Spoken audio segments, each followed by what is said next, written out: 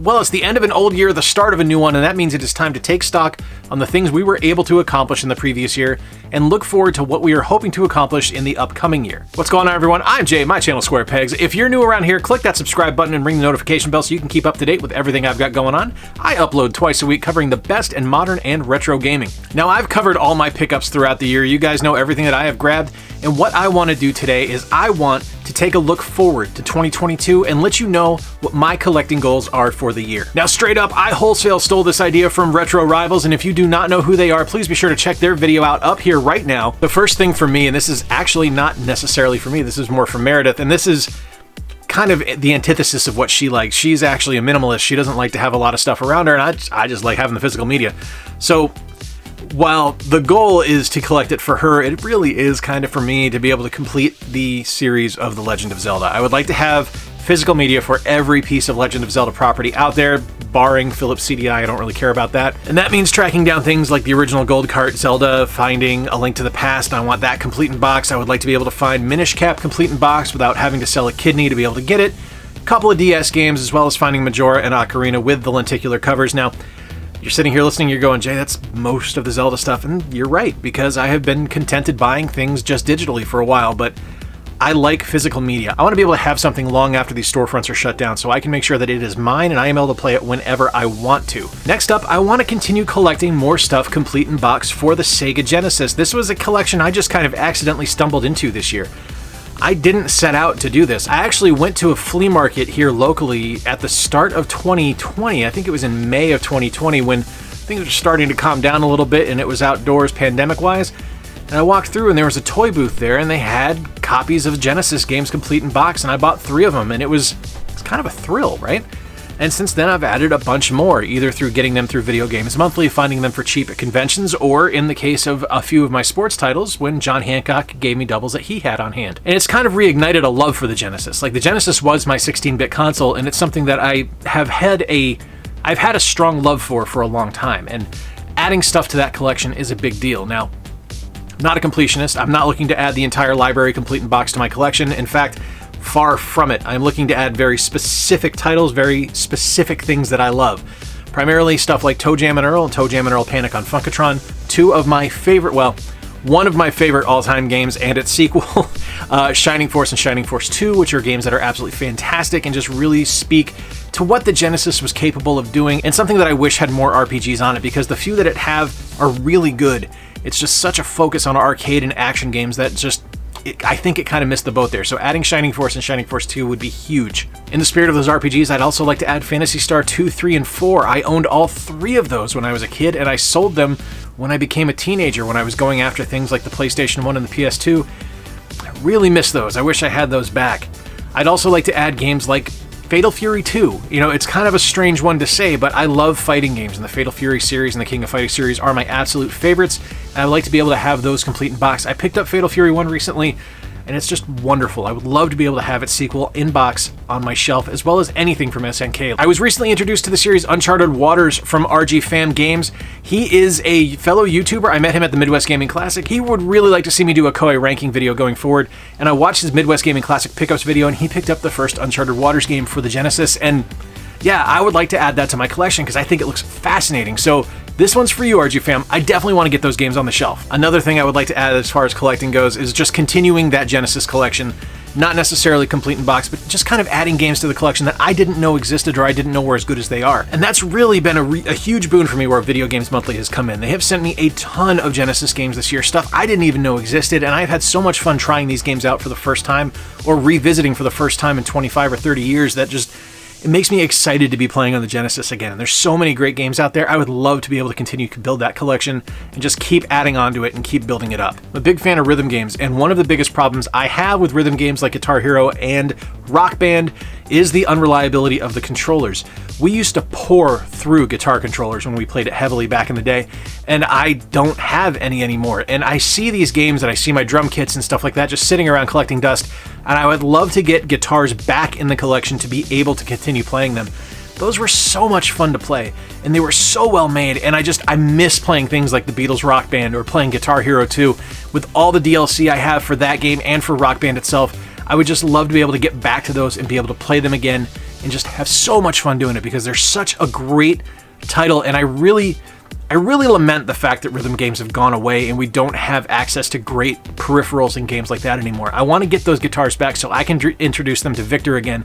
He played Beatles Rock Band back when he was younger and he loved it, but it's been like 7 or 8 years now, and I want to be able to give that back to him so he can play them again. Next, this is a big one. You guys saw this when I did my 32X video. The big one for me as far as systems go this year is getting a Sega CD so I can complete the Tower of Power with my Genesis 2 and my Sega 32X.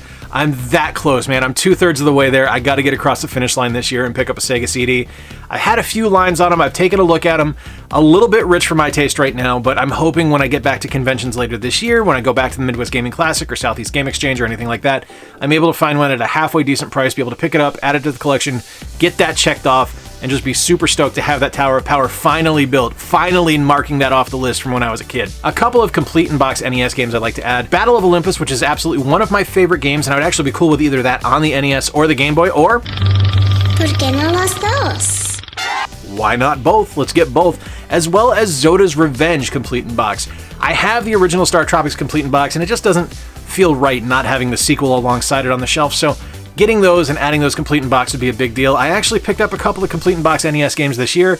It's nice to have. Again, not a completionist, not something I'm looking to knock out the entirety of, but it's nice to have a couple of them on the shelf, and I think they look really cool. There are a few other consoles I would like to pick up alongside the Sega CD, and those are an original Xbox, because mine just finally died. There was no repairing it. I would like to get a Sega Saturn again. I used to have one when I was younger. I have no idea what happened to it. It disappeared in a move, as well as a PlayStation Vita. Those are the three big ones. I'd also like to get a Super Famicom as well as a Japanese GameCube, just because, I mean, it's spice orange. I mean, it's all aesthetic for me. I'm going to be honest with you. It has nothing to do with the fact that I can play imports. Orange is my favorite color. I would like to add it to the collection. And those are lower priority ones. Those are ones that if I find them, great. If not, oh well, it's fine. I can move on from it. But definitely the Saturn, an original Xbox, and a Vita are going to be coming home this year. And then this is going to be a weird one for some folks, but for me, this is a big deal. I want to finish completing the NHL series. I have a lot of them. I have an awful lot of them since they started releasing back in 1992, but I would like to be able to have that entire run. To be able to look at it on the shelf and say, yes, I have the releases from NHL Hockey on the Genesis all the way up to NHL 22 on the Xbox Series X. I know for a lot of folks, it's a series that not many people care about. For me, it is my favorite sports game. It is one of my favorite all-time franchises. And to be able to have that entire run of games and to be able to continue that collection going forward into perpetuity would be something I would really love to do. One of the things I really liked that Retro Rivals did on their video is they actually set it up at the end as a surprise, so not a surprise for me, but it was a surprise there, to actually list off one game from each console in their collection that they would like to add to the collection this year. So other than the ones I have already listed, I am going to name off a few right now for you. These are the ones I am looking for.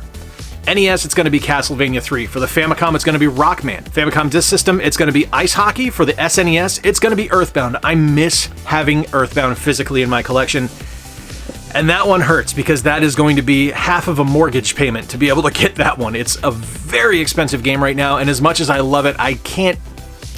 It's going to take something really exceptional for me to be able to pull the trigger on it. I want to add that to my collection. Realistically, I don't think it's going to happen, so I will instead settle for a copy of Saturday Night Slam Masters for the SNES, or even a copy of Final Fantasy III. Those are definitely going to be a little bit more plausible than what people are expecting for payments for Earthbound right now, which was not a rare game. It's just rare to find it complete in box, and people think because of that, the cartridges are worth $1,000, and unfortunately, folks are willing to pay that. So, yeah, another pitfall of retro collecting is the fact that people get greedy and people start seeing the trends and be able to jack those prices up, and you're paying through the nose at the end of the day. For the Genesis, my number one pickup is going to be Comic Zone, and on the N64, Conker's Bad Fur Day. Now, I am able to play Conker's Bad Fur Day on Rare Replay on my Xbox, and I love it, but I want the original cartridge. I want to be able to have that entire Rare run from the N64, those classic games that Rareware worked on, and I want to be able to just put those on the shelf and say, that is what the best is. That is quality. For the PS1, it's Suikoden 2, and for the PS2, it's Suikoden 5. My favorite video game series of all time is Suikoden. I used to own Suikoden 2. I sold it a couple of years ago, and now it's worth like $700, and oh, that one hurts. That is one of the few games where I look at it and go, that price is ridiculous. I'm totally willing to pay it. Because that game is so important to me. Now, yeah, I totally have a digital copy of it on the PS3. I'm able to play it legally. I have an actual version of it that I can continue playing, but I want the original back. I miss having my original. And Suikoden 5 I had for a hot minute, but I never got the box art for, so I ended up selling it. Box art for. Yeah, there, my Boston came through. That's for you, Gary. My Boston came through there for you, buddy. Yeah, I never had the box art for Suikoden 5 there. All right, so I never had the box art for Suikoden 5, so I actually ended up trading it in, figuring I'll find it again somewhere down the road, and I didn't. I never found it again for any price that was worth a damn. I thought I was going to be able to get a good score of it one day, but nope, I was looking at the PAL price, and the PAL price is totally affordable, but the NTSC price is like 120 bucks now, so yeah, that's another one down the road that I would love to be able to pick up to be able to complete that collection, because I have everything else, including Tactics and Tier Christ for the DS. I want to be able to have that entire Suikoden run and set up a shelf. All right, PS3, PS4, and the GBA are all games from the Tales series. We've got Tales of Grace's F, Tales of Berseria, and Tales of Fantasia. I want to be able to get those and complete that Tales series collection. I have most of it. Like, I'd be able to get most of it this year, either through digital storefronts or being able to find the physical media at a good price, but I would love to be able to have that entire series as well, just like I want with the Suikoden series up on a shelf, because the Tales series is fantastic. Xbox and Xbox 360, kind of common games here. Xbox, I want the original Rally Sport Challenge. That was one of my favorite racing games growing up. And on the Xbox 360, I'm actually going to give you two games. I want Marvel Ultimate Alliance and Ultimate Alliance 2. I love those games. I think they are fantastic. They are the best superhero RPG experience you can find, and I would love to be able to have those back. I used to own them. I don't know what happened to them. I don't remember ever getting rid of them, but somewhere along the way, moving, cross country 2 or 3 times, they've just disappeared on me, and that really sucks, because I would like to get those back. And those are, those are Coke in a song. I can get those for cheap, but it's just one of those things. Whenever I'm somewhere that has Xbox 360 games, I always forget about needing those. So maybe putting this out in the universe, I'll actually remember next time I'm at Second Chance or one of the other used game stores here around town. All right, one more, and we're going to do GameCube, and we're going to finish up with one of my all-time favorite GameCube games, and that is Billy Hatcher and the Giant Egg. This is the quintessential Sega experience on the GameCube. There is nothing more Sega than this game. Like, this just feels like something that was hatched out of Mr. Sega's brain. I don't know the founder of Sega's name, but this feels like it was something that was just birthed right alongside Sonic the Hedgehog. It is such a natural fit for that company.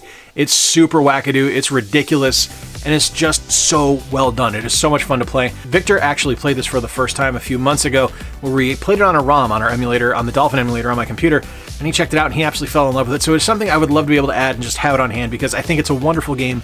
And I think it has such a wonderful style and sense of self that I think it's just perfect for the GameCube. And just like I said, the quintessential Sega experience. There you have it, guys. Those are my outlooks for collecting in the year 2022. I would love to hear from you. Let me know what your goals are for the year of 2022 as far as collecting goes. Now, these don't necessarily have to be holy grails. These can just be things that you're looking to pick up. Like, no one is going to confuse my love of the NHL series with seeking out holy grails. I am just a fan of those games. I would love to know what you're looking for, what you are trying to get, what you are trying to find, and who knows, maybe someone in the comments will see it and be able to hook you up with something that they have on hand. Hey, please hit like, please subscribe down below if you're new around here, and hey, if you really dig the work I do and you're able to donate financially to the channel, please consider becoming a monthly Patreon sponsor like the wonderful people you're seeing on screen right now, or check out our merchandise link at squarepegsyt.com. Also, find me on social media. I am at YTSquarePegs on both Twitter and Instagram, as well as just look up SquarePegs Gaming on Facebook. You'll be able to find me there. I would love to have you guys join me on socials. Let's continue the conversation going there. Until next time, folks, I've been Jay. I appreciate you spending a little bit of time with me today as we look forward to our collecting goals for the year 2022. If you want to check out more things as far as pickups go that I've made over the last year, videos will be up here. Remember to play more games, stay square, and take care. I'll talk to you soon, and Gary, I do my outro better than you do.